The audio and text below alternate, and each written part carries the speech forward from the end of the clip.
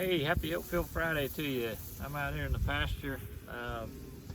We're in a pretty big drought here in Oklahoma. Actually, several areas around the country are. And so we haven't had any rain in, I don't know, 60 days or so, and everything's dry. I got big cracks in the ground, but I just wanted to show you a little bit about our rotational grazing. This is Johnson grass, so you can't, a lot of people don't like it, but it's very palatable. It's a little bit more mature probably than I would like, but it has a lot of green on it, and boy, those cattle are going to town. I don't know if you can see in the background over here their backs, but I mean those are full-size cows.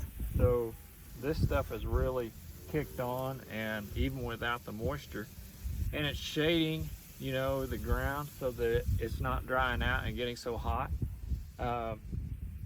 One thing about doing it rotationally the way that we are, and a lot of other people are doing it too, is the cows haven't been on here for a year, so that's why it's grown up so much. And so by going around from place to place and grazing those places in quadrants or even smaller, we're able to spread it out. And then when we get in a situation like this where it's really dry, and the pasture, not the last pasture they come from, but 2 pastures ago, is really looking bad because they grazed it off probably more than I should have. I probably left them on there too long, and didn't leave enough shade. And then we didn't get any rain, so it hasn't grown back hardly at all.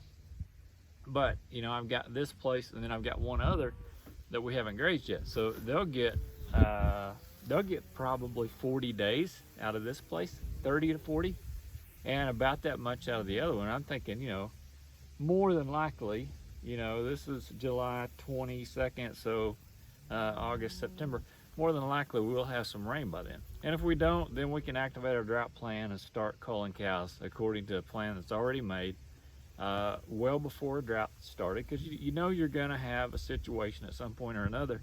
So when you pre-plan for stuff like that, and you're not in the heat of the moment, you're not letting the emotion of it cloud your judgment and really mess up your plan.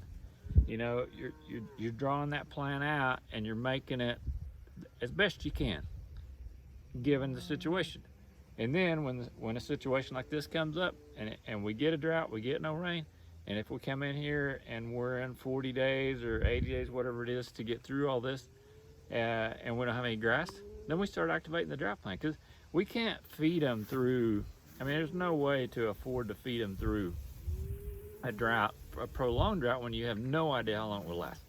So anyway, I just wanted to give you guys kind of a glimpse into our grazing system. I know we've talked about it some, but today I'm very pleased with this. This is really a lifesaver in terms of, a lot of people are selling cattle, and I feel for them. I mean, that's nobody wants to do that. We're in the cattle business to own cattle, not to sell them. Well, I mean, you know what I mean. But it's a little bit of a safety net, I guess. And it sure, when something like this comes along and it really starts to show up, the benefits of it, it's hard to beat. So, take your whatever you're working on and have some safety nets like that. This is probably not quite as green, not quite as succulent, but that is native grass.